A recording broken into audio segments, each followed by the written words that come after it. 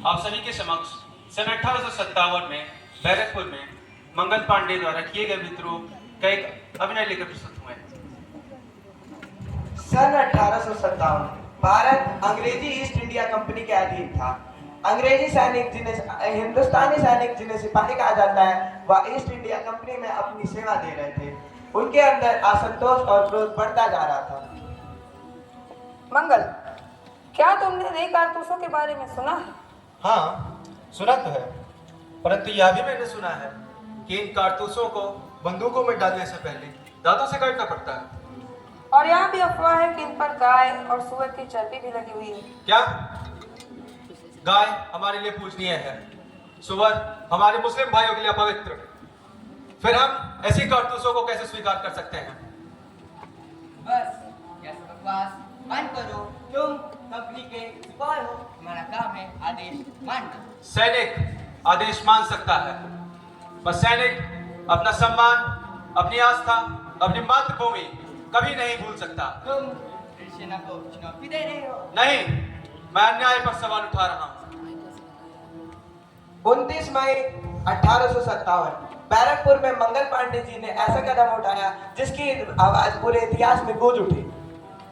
सिपाही मंगल पांडे, अपना हथियार नीचे करो, आज समर्पण करो। कभी नहीं, मैं अन्याय के सामने कभी आत्मसमर्पण नहीं कर सकता। मंगल, सोच समझ कर कदम उठाओ, वो तुम्हें सजा देंगे। अगर आज हम चुप रहे तो कल हमारे लिए कौन बोलेगा? अगर आज हम सजा के डर से पीछे हट गए तो भारत कभी कैसे आजाद होगा? बगावत है इसे गिरफ्तार। भाइयों, हम कब तक ऐसे लोगों की सेवा करते रहेंगे जो हमारे धर्म का अपमान करते हैं और हमारी मातृभूमि पर शासन करते हैं?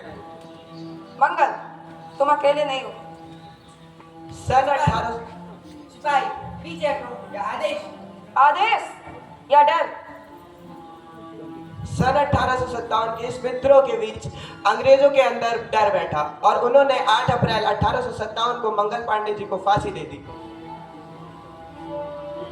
सिपाही मंगल पांडे, आज तुम्हें दंड दिया गया है। क्या तुम्हारे पास समझाने की आदि शक्ति है? आज मैं मर सकता हूं अफसर, लेकिन तुम मेरे विचारों को नहीं मार सकते। तुम मेरे विचारों को भी यदि मार दो तो तुम पूरे देश के विचारों को नहीं मार सकते हो। मेरा खून इस कहानी का अंत नहीं होगा। यह एक नई जंग की शुरुआत होगी अफसर, नई जंग की शुरुआत। इसके साहस ने हमें जगा दिया। तो हमेशा याद रखना भाइयों, आजादी कभी भी किसी की भी दया से नहीं मिलती। आजादी उन लोगों के बलिदान से मिलती है जो अन्याय के सामने हमेशा खड़े होने का साहस रखते हैं।